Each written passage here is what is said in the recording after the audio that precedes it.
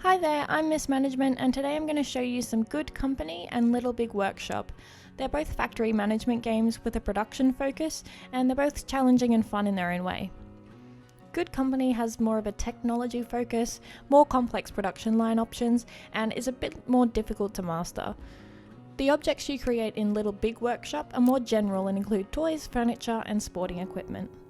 Little Big Workshop is $28.95 Australian dollars with a $15 DLC pack, and Good Company is $39.95 as an early access game. Good Company has already had a few major updates and improvements since I started even making this video, and the developers have a very thorough roadmap of features still to come, including a multiplayer feature. I'll get into Little Big Workshop first. You start with a small empty workshop and 2 employees. You'll need to build different workbenches, workstations and production benches for them to complete tasks and build items for selling. Area zones are used to manage stockpiles and storage, and you can hire haulers specifically to transport objects to relevant zones.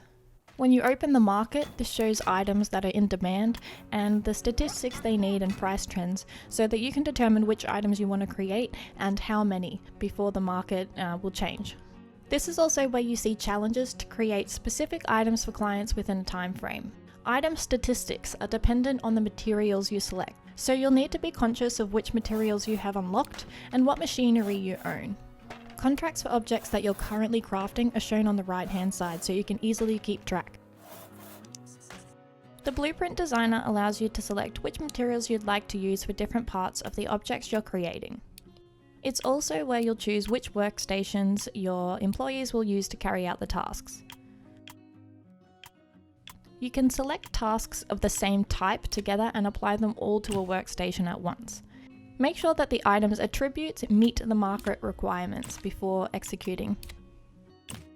Using special research and development points, you can unlock new items and features through the skill tree. These include new market options, building options, material types, and specialized workstations and machinery. Having specialized workstations increases overall efficiency. For example, if you use a bandsaw, this will help employees perform a straight cut and a curved cut more efficiently than just using a standard workbench. This will help you to complete contracts much faster. Billboards are used to link workstations of the same type together. For example, if I link up all of my woodworking benches, I can then send any tasks to the billboard instead of the individual workstations, increasing the number of tasks that will be completed at one time. Employees need breakpoints so they can rest and recover, otherwise they'll pass out if they become too tired and none are available. They also perform better when working in rooms with higher feng shui, so placing decorations is a must. Workstations and machinery give off negative feng shui, so to counteract them, make sure you fill up your work areas with decorative items. Your workstations will also need to be repaired after too much use, otherwise they will catch fire. The game also includes special events including rat invasions, where you use a special cannon to exterminate them. This option though can be turned off by selecting the serious business mode. Now for Good Company. So, similar to Little Big, you'll manage production workers and logistics employees who will take care of your inventory and courier routes between the work zones. Your employees don't need breaks at all and they're working around the clock. They do have happiness though, so same with Little Big, you'll want to make sure that your work areas are decorated. Use courier pallets to manage daily incoming orders of materials to build components and modules, and weekly outgoing stock to sell. Good Company gives you the option to sell components and modules as well as your completed products. So if you have leftover components that haven't gone into the making of a product, you can sell those as well. In the Blueprint Designer, you can create new items to produce. You start with your product type and choose a suitable case or chassis. On the right, you'll see the market expectations so that you can pay attention to the features of the materials that you're using. Choose your form factor and color scheme, although these don't affect your market appeal. Then you drop in the different modules into the open slots within your chosen case, rotating and moving them so you can fit in everything you need, and ensuring that they adhere to the market standards. The first workplace you'll start off with is a tinker table, which can later be upgraded to chemistry tables, workbenches, and electronics benches. And then there's assembly tables where your main products are put together. These tables allow you to select which shelves or pallets to get input materials from, and select where the completed module or product is placed. Strategically placed storage shelves will increase production output of your workers. If you've told an employee to take materials from a shelf which doesn't contain that material, they will not work. So you need to make sure that materials are available in their work zone, that the correct shelves accept those materials, and that you have enough logistics employees working in that area to transport the items from courier pallets to shelves.